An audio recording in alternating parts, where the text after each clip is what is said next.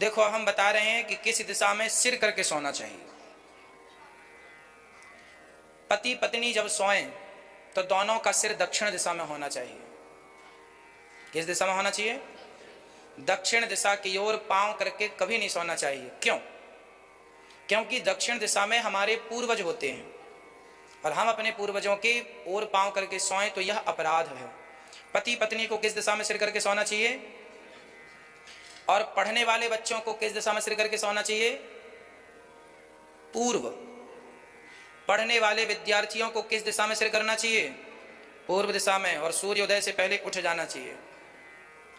और मुर्दे को किस तरफ सिर करना चाहिए? ना जी, दक्षिण में तो पति पत्नी को करना चाहिए। मुर्दे को चिता पर जब मुर्दा जलता है तो किस दिशा में सिर होता है? उत्तर दिशा में होता है। ठीक है। अब बची कौन सी दिशा? पश्चिम। तो जो पश्चिम की दिशा है उस दिशा में कोई सिर कर ले या ना करे उसका कोई बहुत लाभ और नुकसान नहीं है।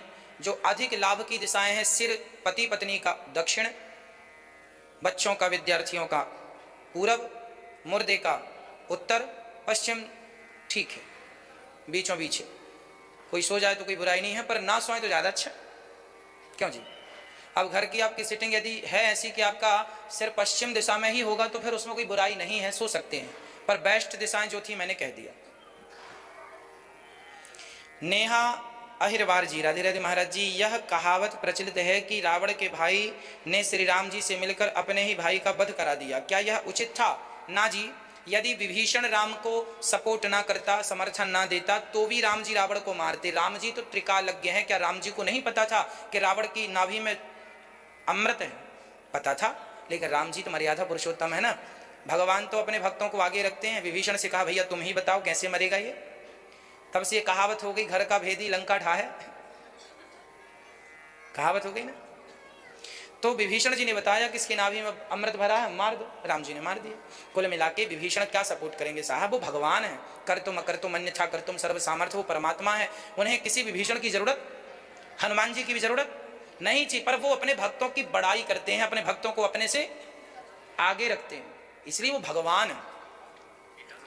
नहीं तो उन्हें किसी की जरूरत, भगवान है वो।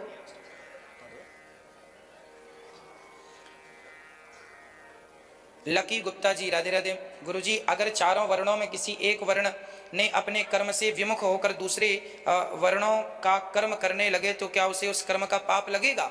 देखो हमारे यहाँ व्यवस्था, आज जो बेरोजगारी है, पहले बेरोजगारी नहीं थी हमारे भारत में। क्यों बेरोजगारी नहीं थी? क्योंकि हमारे भारत में जन्म से रोजगार था। ब्राह्मण का बेटा कथा सुनाएगा, क्षत्रिय का बेटा जो बाप दादों का काम था वो करेगा, वैश्य का बेटा जो बाप दादों का काम था, और शूद्र का बेटा जो बाप दादों का काम था। भाई सबके काम बटे थे, तो मैं ये करना है ये करना। लेकिन आजकल क्या हुआ? आजकल उसके काम को वो करने लगा, उसके काम को वो करने लगा, तो दोनों बेरोजगार हो गए। भाई जो काम था तुम्हारा, ब्राह्मण का काम ब्राह्मण था, लोहार का काम लोहे का, कुम्हार का काम घड़े का, सुनार का काम सोने का, दुकानदार का काम दुकान का, जो जिसका था वही करते चलते बढ़िया होता। अब उसका तुमने ले लिया, तुमने उसका ले लिया, उसका तुमने ले लिया, खिचड़ी पक गई, सब रो रहे हैं, है ना। ठीक है, पर फिर भी अपने वर्ण, अपने जो जहां है उसी कर्तव्य का पालन करे, उसी का निर्वहन करे, उसी को डेवलप करे, उसी को आगे बढ़ाए। जो आपके बाप दादों का काम है ना, उसी को आगे बढ़ाइए। जरा सा रास्ता पीछे से दे दो तो